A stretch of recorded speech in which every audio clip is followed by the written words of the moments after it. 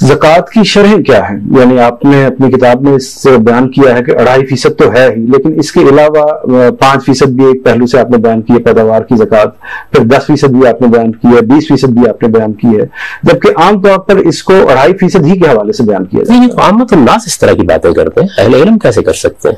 یعنی ساری دنیا جانتے ہیں کہ عشر زکوٰۃ ہی ہے، ساری دنیا جانتے ہیں کہ عشر کے معنی 10% کے ہوتے ہیں، نصف عشر کی اصطلاح استعمال کی جاتی ہے زرعی پیداوار کے لیے۔ اہل علم کے ہاں یہ کوئی ایسی بات نہیں ہے۔ زکوٰۃ مال میں 2.5% ہے، پیداوار میں 5، 10 اور 20%، اور یہ ساری چیزیں جو ہے ہمارے یہاں پہلے سے معروف ہے، اس میں میں نے کوئی نئی بات نہیں کی۔ اگر زکوٰۃ آپ پیداوار پر عائد کریں گے، پیداوار ایک الگ چیز ہے پوری کی پوری، زرعی پیداوار بھی ہو سکتی ہے، صنعتی پیداوار بھی ہو سکتی ہے، پیداوار کی اور 10 نئی قسمیں وجود میں آ گئی ہیں، ان کا الحاق بھی ظاہر اسی سے کیا جائے گا۔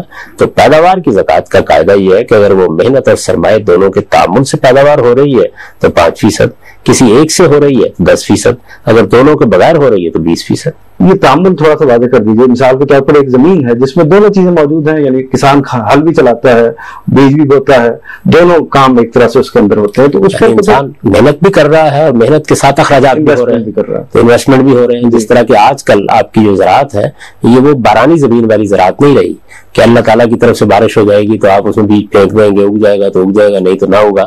اب تو زراعت ایک باقاعدہ انڈسٹری بن گئی ہے، تو اس وجہ سے اب یہ سرمایہ اور محنت دونوں کے تعامل سے ہوتی ہے، تو اس میں 5% ہوگی، اس کو نصف عشر کہا جاتا ہے۔